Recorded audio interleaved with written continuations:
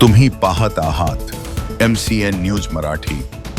आगामी ईद उल अजहा सणाच्या पार्श्वभूमीवर बाळापूर पोलीस प्रशासनाच्या वतीने 25 मे रोजी सायंकाळी 6 वाजता डॉक्टर बाबासाहेब आंबेडकर भवन येथे शांतता समितीची बैठक आयोजित करण्यात आली।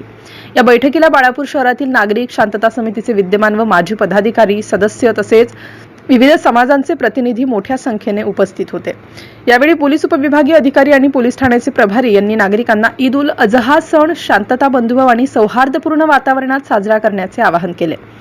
तसेच प्रशासनाने घालून दिलेल्या नियमांचे पालन करण्याचेही आवाहन करण्यात आले। बैठकीस पोलीस उपविभागीय अधिकारी गजानन पडघन, पोलीस निरीक्षक प्रकाश झोडगे, तहसीलदार तसेच विविध विभागांचे अधिकारी उपस्थित होते।